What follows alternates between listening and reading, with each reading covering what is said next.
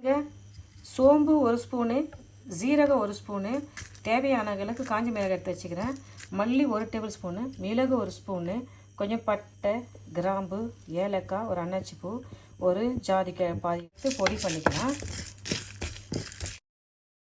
கொண்டு இதை அப்படியே ஆறட்டும். ஆற வச்சு நம்ம பொடி செஞ்சுக்கலாம். நல்லா ஆறிடுது. இதை நம்ம கப்பில் மாற்றிட்டோம். இப்போ இதை நம்ம பொடி பண்ணி கொண்டு வந்துடலாம். நமக்கு தயிர் கொஞ்சம் எடுத்துக்கலாம். ஒரு 50 கிராம் அளவுக்கு தயிர் எடுத்துக்கலாம். இதில் வந்து 1 டேபிள் ஸ்பூன் அளவுக்கு இஞ்சி பூண்டு பேஸ்ட்டு எடுத்துக்கலாம். ஒரு மஞ்சத்தூள் ஒரு 1/2 ஸ்பூன் சேர்த்து, தந்தூரி பவுடர் வந்து 1 ஸ்பூன் சேர்த்துக்கலாம். உப்பு வந்து திட்டமாக ஒரு 2 ஸ்பூன் உப்பு சேர்த்துக்கிறேன். நான் 2 ஸ்பூன் பாதி லெமன் ஜூஸு சேர்த்து நீ நம்ம அரைச்சி பொடி பண்ணுந்தல்ல, சின்ன சீரகத்தூள், பெரிய சீரகத்தூள், மிளகு, காஞ்சி மிளகாய் தூள் எல்லாமே இருக்குது. எல்லாமே பாருங்கள், ஒன்றும் பாதியுமே நம்ம நசிக்கிறோம். மழை மழைலாம் ரொம்ப குறைப்பாக இருக்குல்ல, கொஞ்சம் ஓரளவுக்கு ஒரு 50% அரை மாரி நம்ம அரைச்சிக்கிறோம். இது எல்லாத்தையுமே போட்டுக்கலாம். நம்ம திட்டமாக தான் அரைச்சோம் எல்லாமே. இது எல்லாத்தையும் போட்டு நம்ம அழகாக கலந்துக்கலாம்.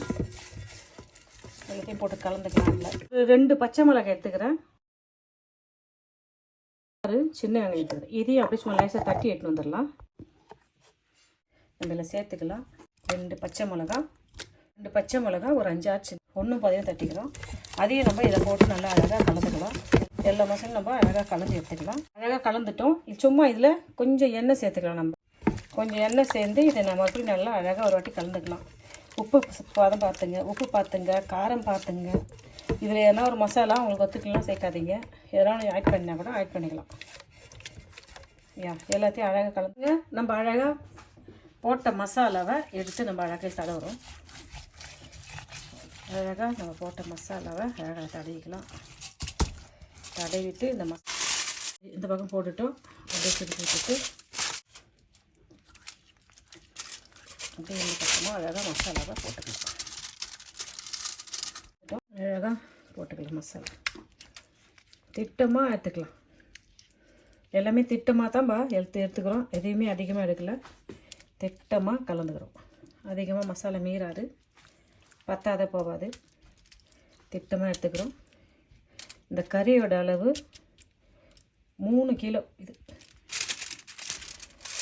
3 கிலோ ஒரு 10 பேருக்கு நம்ம செய்யணும். சமைக்கிறோம் இந்த தந்தூரி. 10 பேருக்கு இது போதுமாக இருக்கும். பாருங்கள், எல்லா மசாலாவும் அழகாக எடுக்கலாம். எடுத்து போட்டுக்கலாம். இதை அப்படியே போட்டுட்டு இதை கரெக்டாக ஒரு 2 மணி நேரம் 1 நிமிஷம் இன்னும் நல்லாயிருக்கும். எல்லா மசாலாவும் எடுத்துடலாம். காலையில் இதை போட்டு வச்சிட்டா காலையில் 8 மணிக்கு 9 மணிக்கு போட்டு வச்சிட்டோன்னா 12 மணிக்கு சமைக்க சரியாக இருக்கும். பாருங்கள், நம்ம மசாலாலாம் போட்டு வச்சிட்டோம். குறைஞ்சது 1 மணிலேருந்து மேக்ஸிமம் 2 மணி வரைக்கும் இந்த மசாலாவிலே இந்த கறி ஊறணும். 1 மணி நேரத்துலேருந்து 2 மணி வரைக்கும் இதை எப்படி வெயிட் பண்ணலாம்.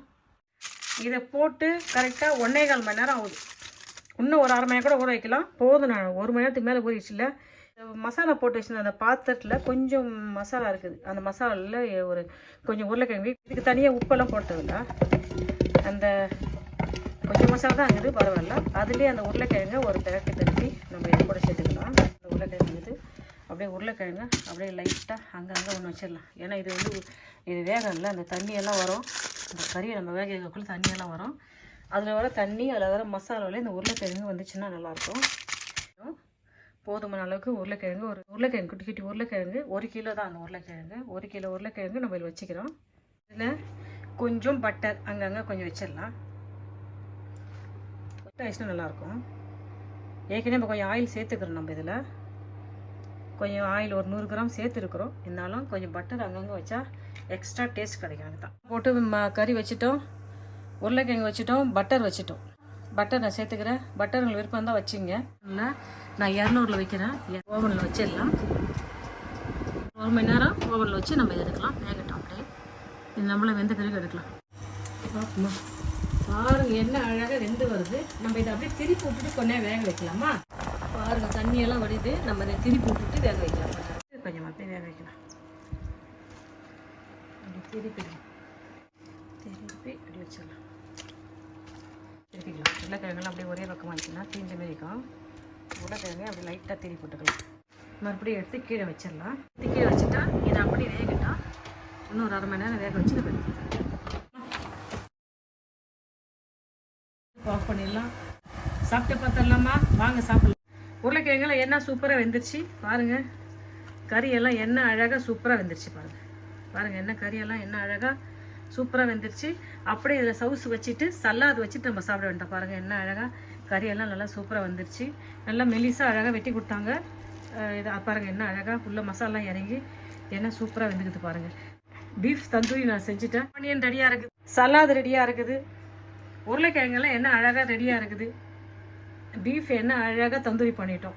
உங்களுக்கு ரொம்ப பிடிச்சிருக்குன்னு நினைக்கிறேன். வீடியோ பிடிச்சதா லைக் பண்ணுங்கள், ஷேர் பண்ணுங்கள், உங்கள் ஃப்ரெண்ட்ஸுக்கும் ஃபேமிலிக்கும் சொல்லி எனக்கு சப்ஸ்கிரைப் பண்ண சொல்லுங்கள். சாப்பிட்டு பார்த்து சொல்லுங்கள் தந்தூரி எப்படின்னு சொல்லுங்கப்பா.